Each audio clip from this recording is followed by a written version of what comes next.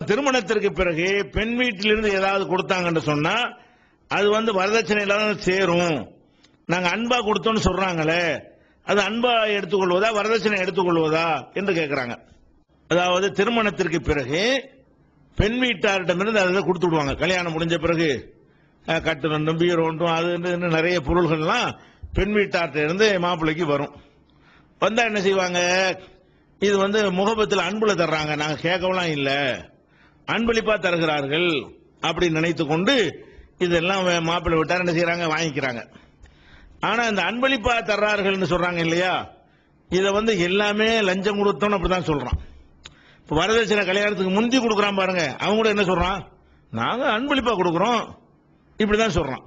ஒரு காரியம் ஆகுறதுக்காக ஒரு அரசாங்கத்தில் லஞ்சம் கொடுக்குறான்னு வைங்களேன், அவன் அதை நியாயப்படுத்த என்ன செய்வான், நானா விரும்பி அன்பளிப்பா கொடுக்குறேன். அப்ப அன்பளிப்பா கொடுக்கிறோம் அன்பளிப்பா கொடுக்கலங்கிற விஷயத்தை எல்லாம் எப்படி நம்ம எடை போட்டு பிரிச்சு பார்க்கிறது என்றால் அதற்கு ஒரு வழி இருக்கிறது. என்ன வழி என்று சொன்னா, இப்ப நபிகள் நாயகம் ஸல்லல்லாஹு அலைஹி வஸல்லம் அவங்க ஜகாத் வசூலிப்பதற்காக வேண்டி ஒருத்தர் அனுப்புறாங்க. நிறைய பேர் அனுப்புவாங்க, ஒவ்வொரு பகுதியிலையும் போய் அவங்க கணக்கு பார்த்து என்ன செய்வாங்க, ஜகாத்தை வசூலித்துட்டு வருவாங்க. அந்த ஜகாத் வசூலித்துட்டு வரும்போது ஒரு ஆள் என்ன செய்யறாருன்னு கேட்டா ரசூலுல்லாஹ்ட்ட ஒப்படைக்கிறார். இந்தாங்க.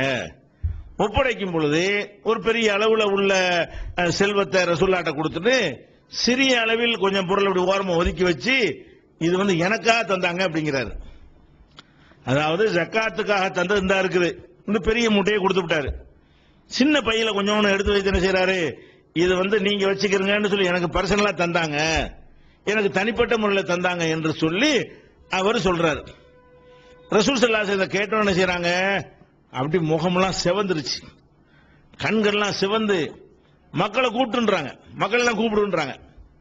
மக்கள் எல்லாம் அழைப்பு கொடுத்து மக்கள் பள்ளியாசல்ல திரண்ட உடனே மெம்பர்ல ஏறி மக்கள்கிட்ட உரை நிகழ்த்துறாங்க. இவரை நேரடியாக கண்டிக்கிறதை விட மக்கள் மத்தியில் எப்படி அம்பலப்படுத்துறாங்க, நாம சில பேரை ஜக்காத் வசூலிப்பதற்காக அனுப்புகிறோம், போயிட்டு இது ஜக்காத்துக்கு உரியது, இது எனக்கு உரியது என்கிறார். நம்ம ஜக்காத் வசூலிக்க ஒரு ஆள் அனுப்பணும் என்று சொன்னால் இது ஜக்காத்துக்குரியது எனக்குரியது என்று கொண்டு தருகிறார். இவர் அவருடைய தந்தை வீட்டில் இருந்திருந்தால் இது கிடைத்திருக்குமா, அவருடைய தாய் வீட்டில் இருந்தால் ஹல்லா ஜலச ஃபீ பைத்தி அபிஹி, அவருடைய வாப்பாவுடைய வீட்டில் போய் இருக்கட்டுமே, எனக்கு சிங்கிறார், அது வருமா, வந்திருக்குமா? அப்ப நம்ம நான் அனுப்பின வேலையை ஒட்டி தான் அவரை தெரியும், அதுக்காக வேண்டிதான் கொடுக்கறாங்க. இவருக்குன்னு கொடுக்கல, இவருக்குன்னு கொடுக்கறாங்க. இவர் யாரு தெரிஞ்சால, இவரு அவங்களுக்கு சொந்தக்காராளா? அப்ப நான் ஒரு வேலைக்கு அனுப்பும் போது கொடுத்திருக்கிறார்கள், அவருக்குன்னு கொடுத்தாலும் அவருக்கு கொடுக்கவில்லை, இந்த வேலையுடைய அறிமுகத்தினால்தான் கொடுக்கிறார்கள், அதுவும் பைத்துல் மால சேர்ந்தது என்று நபி ஸல்லல்லாஹு அலைஹி வஸல்லம் செய்யறாங்க, அதையும் வாங்கிக்கிறாங்க, மக்களுக்கு எச்சரிக்கை பண்றாங்க. இப்ப இதான் கணக்குங்க. இந்த அவருக்கு கொடுத்ததா சொன்னது பொய்யாது, அது பொய் இல்லை. இந்தாங்க ஜக்காத் வச்சுக்கிறீங்க, நீங்க மெனக்கெடு கஷ்டப்பட்டு வந்திருக்கீங்க, இந்தாங்க நீங்க வச்சுக்கிறீங்க, அவருக்கு ஏதோ கொடுத்திருக்கிறாங்க. அவருக்காக கொடுத்தது உண்மையாக இருந்தும் அது அவருக்கு கொடுத்தது இல்லைங்கிறாங்க ரசூல் ஸல்லல்லாஹு அலைஹி வஸல்லம். ஏன் இல்லைங்கிறாங்க, இவருக்காக அவங்க கொடுப்பதற்கு அவங்க யார், அண்ணனா தம்பியா மாமனா மச்சானா யாரும் இல்லை, ஏற்கனவே அறிமுகமான நண்பர் அதுவும் இல்லை. அப்ப நம்ம ஒரு பொது காரியத்துக்கு அனுப்புற காரணத்தினால் அதுக்கு வந்துட்டாரே என்பதற்கு கொடுத்தார்களே, ஆனால் அவருக்கு கொடுக்கவில்லை, அதுவும் அரசாங்கத்துக்கு கொடுத்ததுதான், பைத்துல் மாலுக்கு உரியதான் என்று சொல்கிறார்கள். இந்த அடிப்படையில் அன்பளிப்பா கொடுக்கறங்கிறீல்ல, இப்ப உதாரணமா அன்பளிப்பை திருப்பி வாங்க கூடாது இருக்கு. இந்த மாப்பிள்ளைக்கு இந்த பொண்ணும் கல்யாணம் பேச்சுவார்த்தை நடத்தியாச்சு. நடத்தின உடனே 1 லட்சம் ரூபாயை பெண் வீட்டார் என்ன செய்யறாங்க, மாப்பிள்ளை வீட்டாருக்கு அன்பளிப்பா கொடுத்துடுறாங்க. அடுத்த நாள் பொண்ணு பிடிக்கலங்க அப்படின்றான் மாப்பிள்ளை வீட்டுக்காரன். இப்ப என்ன செய்வாங்க, கொடுத்த கேட்பாங்களா கேட்க மாட்டாங்களா? அதான் 1 லட்சம் ரூபாய் கொடுத்துடுறாங்க, கல்யாணம் ஆவல வேணான்னு சொல்லிவிட்டான் மாப்பிள்ளை விட்டார், இந்த பொண்ணு வேணான்றாங்க. அப்ப என்ன செய்யணும், நாங்க அன்பளிப்பா கொடுத்தோம் வச்சுக்கிறோங்க அப்படின்னு சொல்லிட்டு விட்டுருணுமா இல்லையா? என்ன செய்வாங்க, ரூபாய் எடுத்து வை. அப்ப எங்க நீ அன்பளிப்பா கொடுக்கலையா? அப்ப அன்பளிப்பா கொடுத்தா நீ என்ன செஞ்சிருக்கணும், அவர் பாவம், நான் அன்பினால் அவர் கொடுத்து விட்டேன், அன்பளிப்பை நான் திருப்பி கேட்க மாட்டேன், அன்பளிப்பை திருப்பி கேட்பது வாந்தி எடுத்து விட்டு அதையே திரும்ப சாப்பிடுற நாய்க்கு சமம் என்று நபி ஸல்லல்லாஹு அலைஹி வஸல்லம் சொல்லிவிட்டார்கள். அதனால நான் வாங்க மாட்டேன் இருப்பாரா? கல்யாணத்தை ஒட்டி கொடுக்கறாங்களே, அந்த அந்த கல்யாணம் நடக்காமல் போய்விடுமையானால் கொடுத்ததை கிளைம் பண்ணுவார்களா பண்ண மாட்டார்களா? பண்ணுவார்கள். பண்ணுவார்கள் என்று சொன்னால் இவருக்காக அன்பளிப்பா கொடுக்கல, டிமாண்ட் வச்சு கொடுக்கறாங்க. என் மகளை கல்யாணம் பண்றதுக்கு தான் இதை தர்றேன், அதான வரதட்சணை. சரி, கல்யாணம் ஆயிடுச்சு. கல்யாணம் ஆன பிறகு ஒரு 6 மாசத்துல நீங்க கல்யாணத்துக்கு பிறகு அது இது என்னமோ கொடுக்குறீங்க. எல்லாம் கொடுத்த பிறகு ஒரு டைவர்ஸ் ஆகி போச்சு, ஒரு விவாகரத்து ஏற்பட்டு போச்சு. இப்ப என்ன செய்வாங்க? பஞ்சாயத்துல வச்சு பேசும்போது நான் அது இவ்வளவு கொடுத்தேன், இது அவ்வளவு கொடுத்தேன், அது கொடுத்தேன், எல்லாத்தையும் வாங்கி தாங்கிறாங்க. அப்ப நீங்க அன்பளிப்பு எங்க கொடுத்திய? அன்பளிப்பு ஒன்று கொடுத்தா எந்த எதிர்பார்ப்பும் இருக்கக்கூடாது, முடிஞ்சிருச்சு அதோட. நான் உனக்கு அன்பளிப்பா தந்தப்பா, என் மகளை நீ டைவர்ஸ் பண்ணா அதனால அன்பளிப்பு பண்ண திருப்பி கேட்பனா? நான் கொடுத்த அன்பளிப்பு அப்படி சொல்ல மாட்டேங்கிறாரு. அதாவது உன்னா வாழ்ற வரைக்கும் அன்பளிப்புன்னு சொல்லிக்கிறாரு. வாழாத நிலை ஏற்பட்டுச்சுன்னு சொன்னா அப்ப என்ன சொல்றாரு? அன்பளிப்பா என் மோளை கல்யாணம் பண்றத தந்த உனக்கு, அப்ப இந்த அன்பளிப்பு வரதட்சணை ஆகிறது. பொய்யின் விளங்குதா இல்லையா? அன்பளிப்பாக நீங்கள் கொடுத்தீர்களே, ஆனால் எதையெல்லாம் நீங்கள் கொடுத்து இவர் கல்யாணம் பண்ணாலும் சரி, பண்ணாட்டாலும் சரி, வாழ்ந்தாலும் சரி, வாழாட்டாலும் சரி, இந்த வச்சுக்க அப்படின்னு கொடுத்தா மட்டும்தான் அன்பளிப்பு. நீங்கள் வாழ்ந்தால் கேட்க மாட்டீர்கள், வாழா வெட்டியா இருந்தால் கேட்பீர்கள் என்று சொன்னால் அப்ப அது வரதட்சணை தான். நீ அன்பளிப்புன்னு சொல்வதனால் அன்பளிப்பு ஆகாது. அப்ப ஏதாவது கல்யாணம் பண்ணாம இருந்தா அவங்களுக்கு கிடைச்சிருக்குமா? ரசூலுல்லாஹ் கேட்டாங்க, அதே மாதிரி கேட்கணும்ல. உங்க வாப்பா வீட்டுல இருந்தா கிடைச்சிருக்குமான்னு கேட்டாங்கல்ல. அந்த மாதிரி இந்த நுணுக்க அடிப்படையில் பார்த்தீர்களே, ஆனால் இதுகள்லாம் வரதட்சணை தான். கல்யாணத்துக்கு நீங்க பிந்தி கொடுத்தாலும் இந்த அடிப்படையெல்லாம் கொடுக்குறீங்க. எந்த அடிப்படை? அங்க நம்ம ஏற்கனவே 2 பொண்ணு இருக்குது, அந்த பொண்ணுக்கு நிறைய சீர்லாம் செஞ்சிருக்கிறாங்க, நம்ம செய்யாம அனுப்பி விட்டோம்னு சொன்னா நம்ம பொண்ணை ஒழுங்கா நடத்த மாட்டாங்க, கேவலப்படுத்துவாங்க, மரியாதை இருக்காது அப்படின்னு பயந்து கொண்டு தர்றான். எதுக்கு தர்றான்? உங்க வீட்டுல கணவன் வீட்டுல போய் நுழைகிறதுக்கு இதெல்லாம் இருந்தா தான் கண்ணியமா வச்சிருப்பாங்க. அப்ப நீங்க அந்த கண்ணியமா இப்பதான் வச்சிருப்போம் ஒரு கருத்தை விதைச்சதுனால் தருவார்களே, ஆனால் அப்ப அது வரதட்சணை எல்லாம் வேற என்ன? கண்டிப்பா அது வரதட்சணை. கல்யாணத்துக்கு முந்தி கொடுத்தாலும் சரி, பிந்தி கொடுத்தாலும் சரி. அதே நேரத்தில் கல்யாணம் எடுத்து நகை போடுவாங்க. நகை போடுறேன்னு என்ன அர்த்தம்? பெண்ணுக்கு 40 போடும், 50 போடும் கேட்காம போடுறாங்கன்னு வைங்க. இதை கூட நம்ம ரெண்டா தான் பிரிக்கணும். நகை போடுவது தன்னுடைய மகளுக்கு ஒரு தகப்பன் போடுகிறான், அது அது குற்றம் கிடையாது. அது அது தாராளமா மகளுக்காக என்ன செய்யலாம், 1000 பவுன் கூட வசதி இருந்தா போடு. ஆனால் மகளுக்கு கொடுத்ததுல மகளுக்கே அது சொந்தமா இருக்கிற வரைக்கும் தான் அது வரதட்சணை இல்லை. ஆனா சமூகத்தில் எப்படி இருக்கிறது? அந்த பொண்ணு போட்டு வர நகையெல்லாம் இந்த குடும்பத்தார் வாங்கி யூஸ் பண்ணிக்கிறாங்க. பேருக்கு தான் மகளுக்கு.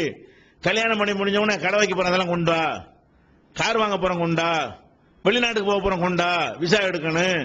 அப்ப இந்த மாதிரியாக சொல்லி அந்த பெண்ணுக்கு இவன் தகப்பன் அன்போடு கொடுத்ததாக சொல்கிறீர்கள்.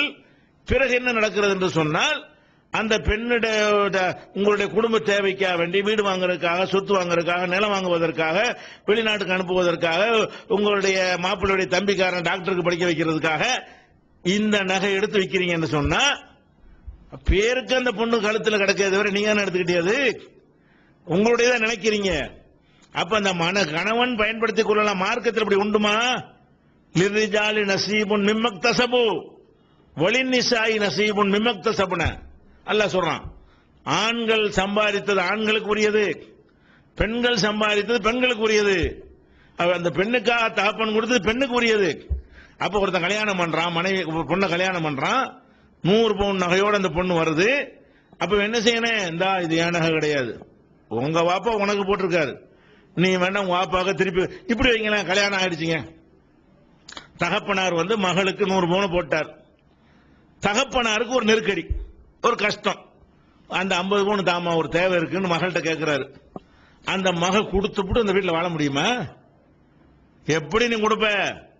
அப்ப என்ன அர்த்தம்? இவனுக்கு தான் வாங்கிறான்னு அர்த்தம். பொண்ணுக்கு கொடுக்கப்படல. அந்த 50 பவுன் நகை 100 கூட தகப்பனுக்கு அந்த பெண்ணு திருப்பி கொடுக்க விரும்பினால் கொடுக்கிற உரிமை அவளுக்கு இருக்க வேண்டும். அவள் நினைத்தால் அதை வைத்துக் கொள்ற உரிமை, நினைத்தால் தகப்பனுக்கு கொடுக்கிற உரிமை, நினைத்தால் தானம் செய்கிற உரிமை, நினைத்தால் புருஷனுக்கு கொடுக்கிற உரிமை, எல்லாமே அவள் விருப்பத்தின்பால் இருந்தால் தான் அவளுக்கு உரியது அர்த்தம். இந்த மாதிரியான குடும்பத்தில் கல்யாணம் பண்ணி கொடுக்கும் பொழுது இந்த மாதிரியான அடிப்படையில் உங்களுடைய மகளுக்கு எவ்வளவு நகையை போட்டாலும் அது வரதட்சணை இல்லையே. நம்ம அந்த மாப்பிள்ளை கொடுக்கவில்லை, மகளுக்கு தான் கொடுக்கிறோம். மகள் தான் அதுக்கு சொந்தக்காரி. அப்படின்னு கொடுத்தோமையானால் அது மார்க்கத்தில் எந்த குற்றமும் கிடையாது. அவன் எதிர்பார்க்க கூடாது. மனைவி கழுத்துல அவன் செய்து போட்ட நகையை வேண்டால் என்ன மாதிரி கொடுக்கறான்னு அப்படி செய்யலாம். இது ஏன் நகை தான், அழகுக்காக தான் உனக்கு போடுறேன், தேவைப்பட்டா எடுத்துக்கிறேன் அப்படின்னு கொடுத்தானே ஆனால் திருப்பி வாங்கிட்டு போறான். இல்ல நீனே வச்சுக்கன்னு கொடுத்தா அது கூட வாங்கக்கூடாது. அந்த மாதிரி இல்லாம பெற்றோர்கள் போட்ட நகையில எல்லாம் உரிமை கொண்டாடக்கூடாது. அந்த பெண்ணா பார்த்து நம்ம வாழ வந்துட்டோம், நம்ம கணவன் கஷ்டப்படுறாரு, இந்த நகை நம்மள்ட்ட இருக்கிறது, அவர் தொழில் பண்றது ரொம்ப சிரமப்படுறாங்க, போய் ஆளாள் கடன் கட்டு இருக்காரு, வேணாங்க இருந்தாங்க வச்சுக்கிறங்க அப்படின்னு அந்த பெண்ணாகவே விருப்பப்பட்டு புருஷனுக்கு கொடுத்தால் அது வாங்கிக்கலாம். ஏன் அல்ல மகரை எப்படி சொல்லி காட்டுறான், அந்த பெண்கள் அவர்களாகவே அந்த மகரை உங்களுக்கு விட்டு தருவார்களே, ஆனால் நல்ல சந்தோஷமா சாப்பிடுங்க அப்படிங்கிறான். அந்த மாதிரி அடிப்படையில் நீங்க உங்கள் பெண்ணுக்காகத்தான் போட்டீர்கள், அந்த பெண்ணை அந்த குடும்பத்தார் வந்து கேட்கவே இல்லை, அந்த பெண்ணாக உணர்ந்து நம்ம குடும்பத்தில் உள்ள கணவர் நல்லா இருக்கட்டுமே என்பதற்காக வேண்டி அதை கொடுத்தார்களே, ஆனால் அப்ப அது வரதட்சணையில் வராது. அப்ப அந்த வரதட்சணைங்கிறது எப்படி வருதுன்னு நுணுக்கத்தை கவனித்துக் கொள்ள வேண்டும். நீங்கள் கொடுக்கிற உங்க மகளுக்குன்னே சில பொருளை கொடுக்குறீங்க, அது மகள் தான் அதுக்கு உரிமையாளராக இருந்தால் அது என்ன இல்ல, அது வரதட்சணை கிடையாது. அதே நேரத்தில் வந்து பொருள்களா கொடுக்குறீங்க, திருமணத்துக்கு பிறகு நீங்கள் திருமணத்துக்கு ஏதாவது பாதிப்பு ஏற்பட்டால் திருப்பி கேட்பீர்கள் என்று இருந்தால் அது வரதட்சணை தான். அது திருப்பி கேட்டா வரதட்சணை, திருப்பி கேட்க மாட்டீர்கள் என்று இருந்தால் அது அன்பளிப்பா கொடுத்தீங்கன்னு அர்த்தம். இப்படி அன்பளிப்பு என்றால் நிஜமான அன்பளிப்பாக இருக்க வேண்டும். கல்யாணத்தை பேரை சொல்லி கொடுத்து விட்டு பொய்யாக அன்பளிப்பு ஒரு வார்த்தையை போடுவது அன்பளிப்பு ஆகாது. இதை புரிஞ்சுக்கிறதுக்காக நம்ம சொல்றதா இருந்தா, நம்ம சமூகத்தில் வேற சமூகங்கள்ல எல்லாம் அந்த மொய்யும்பாங்க.